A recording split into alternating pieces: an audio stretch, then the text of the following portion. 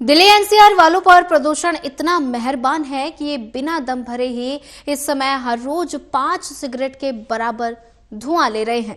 अक्टूबर की सुबह आनंद विहार में AQI 414 है और यानी इस समय इस इलाके में लोग जो है वो 6 से ज्यादा सिगरेट के बराबर का धुआं ले रहे हैं। लगभग यही हाल जहांगीरपुरी का भी है। दिल्ली के सभी स्टेशनों पर प्रदूषण का स्तर बढ़ा हुआ है और केंद्रीय प्रदूषण नियंत्रण बोर्ड के मुताबिक दिल्ली के अलग अलग इलाकों में AQI 281 से लेकर 416 तक पहुंच गया है।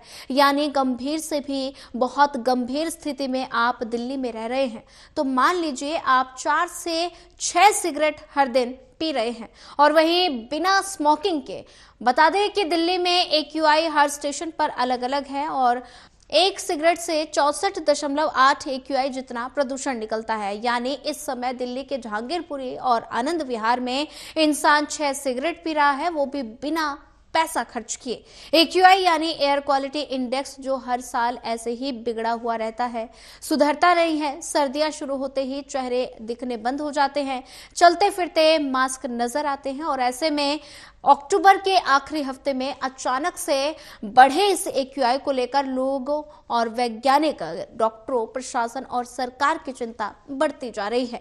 दिवाली पर इसके बढ़ने की आशंका 100% है, क्योंकि पटाखे तो फूकेंगे ही, चाहे सरकार या प्रशासन कितना भी मना कर ले या पटाखों को बेचने पर प्रतिबंध लगा ले। दिल्ली की हवा में पार्टिकुलेट मैटर की मात्रा का बढ़ना, ये वायुमंडल में गाड़ियों से निकले धुएं, उद्योगों, पराली जलाने और अन्य तरह के व्यवसाय जहां से धुआं निकलता है। अक्टूबर और नवंबर में PM 2.5 और PM 10 की मात्रा बढ़ जाती है। हर साल पंजाब और हरियाणा में जैसे ही ठंड का मौसम आने लगता है, पिछली फसलों के बचे हुए हिस्सों को जलाया जाता है और इन्हें पराली जलाना कहते हैं।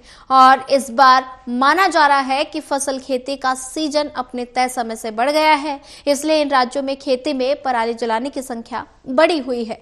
दिल्ली की हवा में जहर घोलने में बड़ा योगदान है और ऐसे में हवा की दिशा, गति और नमी से तीनों फैक्टर दिल्ली NCR के फेफड़ों में जहर भर देते हैं। और मानसून के बाद और सर्दियों से पहले हरियाणा, पंजाब की तरफ से हवा दिल्ली की तरफ चलती है। ये हवा पाकिस्तान की तरफ से आती है और हवा के साथ पराली का धुआं भी आता है। हवा में नमी होती है, ये भरी होती है और ऐसे में चारों तरफ स्मॉग नीचे दिखता है और दिल्ली की सर्दियों में लगातार होने वाले तापमान के बदलाव से भी प्रदूषण बढ़ता है। इसे टेम्परेचर इन्वर्शन कहते हैं और इससे ठंडी हवा के ऊपर गर्म हवा की परत बनती है, जिससे सारे प्रदूषणकारी तत्व सतह पर ही रुक जाते हैं। तापमान में बदलाव, गाड़ियों से होने वाला प्रदूषण, उद्योग, पराली जलाना, कुछ भी हो सकता है। दिल्ली की आबादी बहुत ज्यादा, साथ ही गाड़ियों की संख्या भी बहुत ज्यादा है और दिल्ली में 25% PM 2 उत्सर्जन गाड़ियों के प्रदूषण से होता है।